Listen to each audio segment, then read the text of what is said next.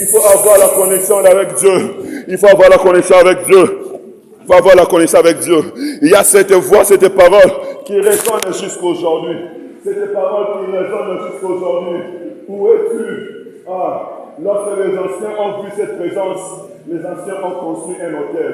Les anciens ont construit un hôtel du nom de Dieu qui a été apparu. Lorsque Moïse a eu conscience de cette présence, la Bible est en train de le dire que Moïse est allé à la montagne. Mais lui, il est allé, il est monté jusqu'au sommet de la montagne pour voir Dieu. Il est allé souvent. Il est allé jusqu'à faire 40 jours. Même quand son visage a répété la voix de Dieu, Moïse ne s'est pas arrêté. Moïse continuait à monter encore la maison de Dieu. Jusqu'à ce que la Bible dise que c'était l'homme qui parlait avec Dieu face à face, comme l'homme parle avec son ami. Moïse va plus loin. Il construit les tabernacles de Dieu. Il construit la maison de la rencontre, l'entente et l'assignation, là où les hommes pourraient venir parler avec Dieu. Mais chose étrange, les gens restaient toujours à l'extérieur et Moïse entrait dans ses tâches. David prend l'idée de construire pour Dieu un temple, mais c'est Salomon qui va finalement le construire. Mais la Bible est en train de dire ceci dans le livre des Corinthiens. Vous êtes la maison de Dieu. Vous êtes le temple de Dieu. Vous êtes le temple de Dieu. Vous êtes le temple de Dieu. Tu es le temple de Dieu. Tu es le temple de Dieu. Oui, la première et la deuxième maison dont il s'agit maintenant, ce n'est pas la tente de la situation, ce n'est pas la montagne, ce n'est même pas ce mur et la CPK Bandalma, mais c'est ton corps. C'est ton corps qui est le temple de Dieu. Oui, Dieu n'habite pas dans le temple fait de main de soi, mais Dieu habite en toi. Dieu habite en toi. Dieu habite en toi. Il a fait l'établir en terre. Dieu a fait l'établir en terre. En fait, l'église doit se passer en terre. L'église doit se passer en terre.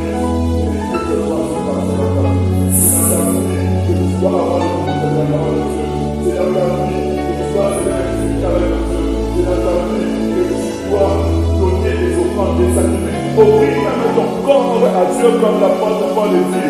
Offrir ton corps en sacrifice vivant. Car il n'y a pas de culte à cette offrande. Il n'y a pas de temple s'il n'y a pas d'offrande. C'est dans le temple qu'on fait offrir à Dieu. C'est sur l'autel qu'on place l'offrande. Et Dieu veut une offrande. Dieu veut une offrande. L'offrande que Dieu désire ce soir, c'est ta vie. C'est ton corps. Est-ce que les gens vont répondre à cette affaire de Dieu? C'est lui, c'est corps à Dieu. Est-ce que les gens vont dire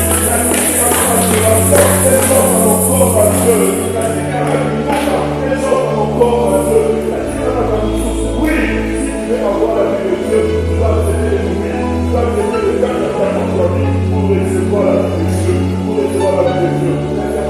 Comment dire, Seigneur, Nathalie n'a pas ma priorité Moussous.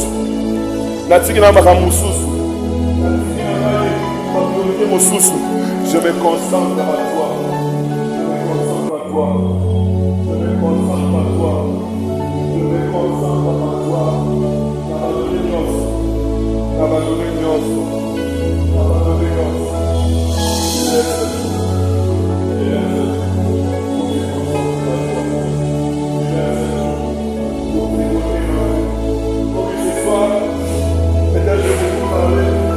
Peut-être je n'ai pas beaucoup parlé. Et j'avais un message à dire. C'était la voix de Dieu quand je parcourir. C'était quoi qui a parlé à l'homme. C'était quoi qui a parlé à Jacob. C'est quelqu'un de quoi qui a parlé à Élie. C'était quoi qui a parlé à Samuel. C'était quoi qui a parlé à Jérémie. C'était quoi qui a parlé à Isaïe.